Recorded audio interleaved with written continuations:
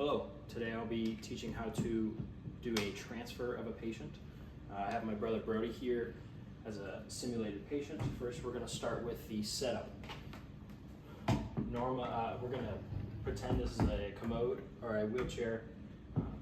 I like to have the chair at an angle so that if a second person is needed, they're able to get in this crevice between here. We call this the pie slice. And they're able to reach around and grab the back of the gait belt if you need help getting the patient over.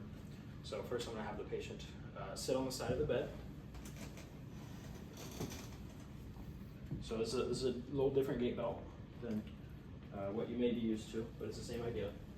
We're going to put this gait belt quite low. All right, the top of the hip bones is a good spot to aim for. Now sometimes you may not be able to. It may not be able to fit all that well, so then you can go a little higher if need be, or if they have a peg or something in their abdomen area, or some sort of injury in the back. So I'm going to have we're going to demonstrate the stand pivot. So this stand pivot is typically something you would do when you have a good enough confidence in a patient to be able to stand, just maybe not quite as bit of confidence as you would need for a walker. So it's kind of that in between a walker and kind of just lifting them up and getting them over. So Brody's going to be a well enough bodied individual, and so we're going to get started here. So you're going to get in front of the patient. They can have their knees together or a little bit apart, it does not matter. You're really going to want to bend down. This is all about technique. And with this technique, you need to really get low, because if I'm down here with my back, it's not a good look. It's how you're going to get injuries very, very quickly. And so if you want to maintain a healthy back throughout your life, and you're going to be transferring patients, you're going to have to get down in your knees, okay? So with Brody here, I'm going to grab a gait belt on both sides, and we're going to stand up. Normally on the count of three, right, I'll say, okay, on the count of three, 1, 2, 3, and we'll stand up. Now, right now, he can kind of move wherever he wants. I have a firm grip on the gait belt. When a person stands up, the gait belt is naturally going to become looser because our bodies lengthen as we stand up. So if you need to tighten it, you can tighten it. If you don't have the time to, that's not a big deal either. At least it's tight enough. When you first do it, you got to make sure it's tight enough so that when it does loosen, it's not that big of a deal. So I'm going to stay in front of them, okay? And then we're going to transfer to the chair. So start taking some steps over to the chair. Good. I'm just kind of mirroring him, okay? And then we're going to ask the patient to reach their arms back to the armrests, both of them, if they're able to. And go ahead and lay down. I'm going to go down with them, okay? We want that soft landing.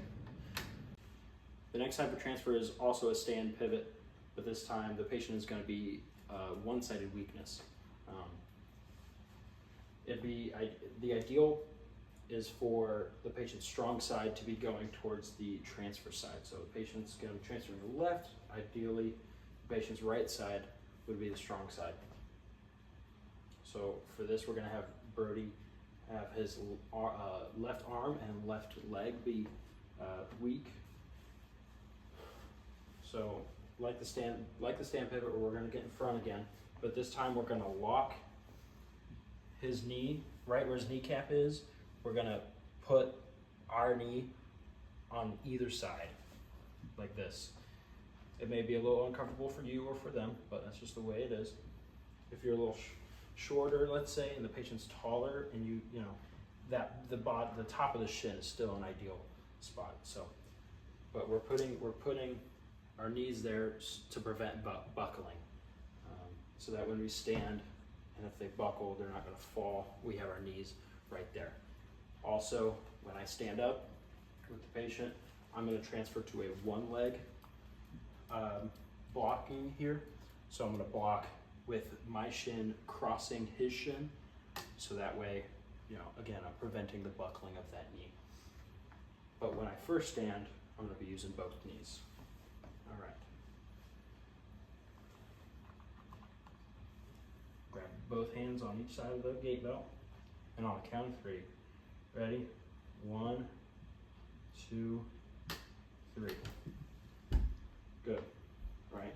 So then I'm going to block here, so and move, so he has room to move his right leg over, and I'm going to mirror him still, keeping that knee in front. Then we can reach down with both arms. Good. Good. And there we go. That is the other form of the stand pivot. The next thing is the squat pivot. So the squat pivot was for somebody who is normally pretty weak in the legs. They're not able to really stand on their own, and if they are, it's not very well. So we're gonna do a squat pivot. With the squat pivot, I like to have both knees together and then pinch my knees to pinch his knees, right? So when we stand, I'm using these knees as a hinge. So I'm just gonna do a quick demonstration. Let's have like very little control on the legs, okay? So I'm gonna lift them up.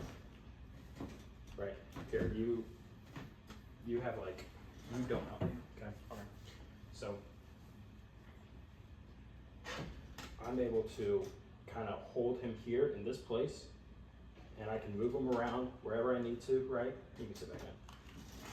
And so I can move him around if I need to. The squat pivot is normally a pretty faster paced transfer, just because you may be holding a lot of weight, and you got to get them to the chair safely. So I'm gonna have you not really help me with the legs, okay? We're gonna transfer over to the chair. All right, count of 3. 1, 2, 3. All right, so we bumped to the armrest. That may be a little normal. Normally, with a squat pivot, you're gonna have 2 people.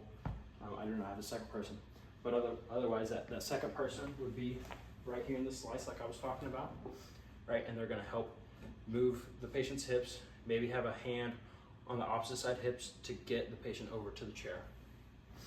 We're gonna do that one more time, just because this is typically the one people have the most difficulties with. All right. So I'm gonna lock the knees into place. All right, making sure that gate belt is low and tight. Okay. And we're gonna get over to the pin on the count of 3. All right, ready? 1, 2, 3. See? There we go. So lastly, I'll be talking about the Bobath transfer. Bobath was the last name of a nurse way back when. She was a big innovator in the PT world. I haven't learned all that much about her, but I know this transfer is named after her. So this transfer is used primarily when a patient is unconscious in a chair. They have no mobility at all. They don't know, they're unconscious, right? So this is good if a patient's in a chair and you need to get them into bed for CPR or some other emergency like that. So like the squat pivot, I'm gonna lock both these knees in. This is especially important for this. We're gonna have the patient lean away from the area we're transferring to. So I'm gonna be transferring to the left. I'm gonna have him lay way down on the right. I'm gonna have my elbows, I'm gonna squeeze in on his back here, and I'm gonna grab the gate belt on both sides. Okay. All right, and you don't need to count off for this because they're already unconscious. So here, right, I can move them wherever because I'm hinging at the knees, okay? I'm using his knees as a hinge.